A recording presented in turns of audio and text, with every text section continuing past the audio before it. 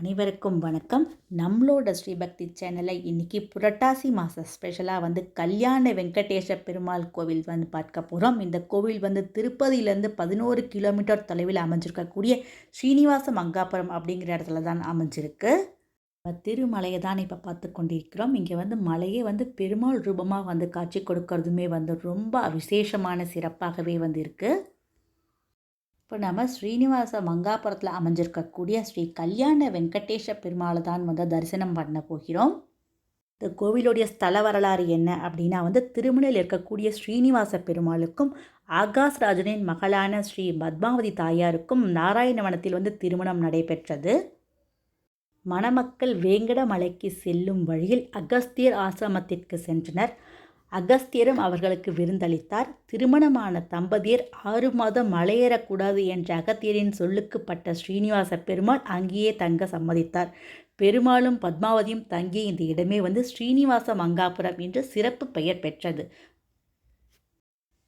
அவர்கள் திருக்கல்யாண கோலத்தில் தங்கிய இந்த இடமே கல்யாண வெங்கடேஷ பெருமாள் திருக்கோவிலாக புகழ் பெற்றது.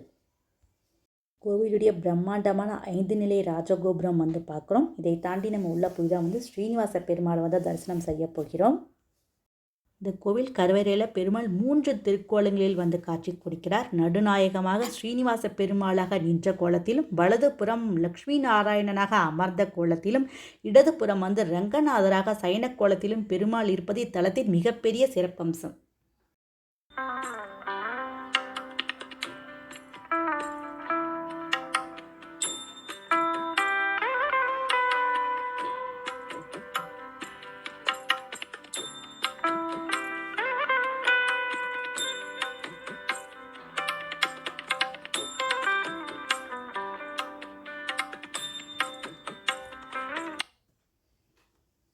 திருமலையில் வெங்கடேஷ பெருமாள் எப்படி இருக்காரோ அதே மாதிரி தான் இங்கேயும் பெருமாள் மிக அழகாக காட்சி கொடுத்து கொண்டிருக்கிறார்.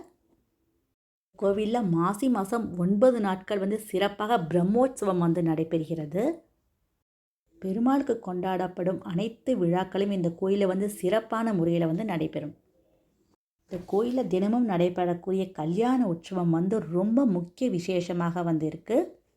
இந்த கல்யாண உற்சவத்தில் கலந்துக்கிறவங்களுக்கு சிறந்த திருமண வாழ்க்கை அமையும் அப்படின்னு சொல்லப்படுகிறது. இந்த கோவில் 1967 டிடிடி அதாவது திருப்பதி திருமலா தேவஸ்தானத்தின் பராமரிப்பில் தான் இருக்குது. திருப்பதியில் நடக்கக்கூடிய அனைத்து உற்சவங்களும் இந்த கோவில்லையுமே ரொம்ப சிறப்பாகவே நடைபெறும். இந்த கோவில் சோழர்களால் கட்டப்பட்டது அப்படின்னு சொல்லப்படுகிறது. மிகவும் சிறப்பு வாய்ந்த ஸ்ரீனிவாச மங்காபுரம் திருக்கோவில் தான் பார்த்தோம். நம்ம ஸ்ரீபக்தி சேனலை கண்டிப்பாக லைக் பண்ணி சப்ஸ்கிரைப் பண்ணுங்கள். இந்த வீடியோ பார்த்த அனைவருக்கும் மிக்க நன்றி.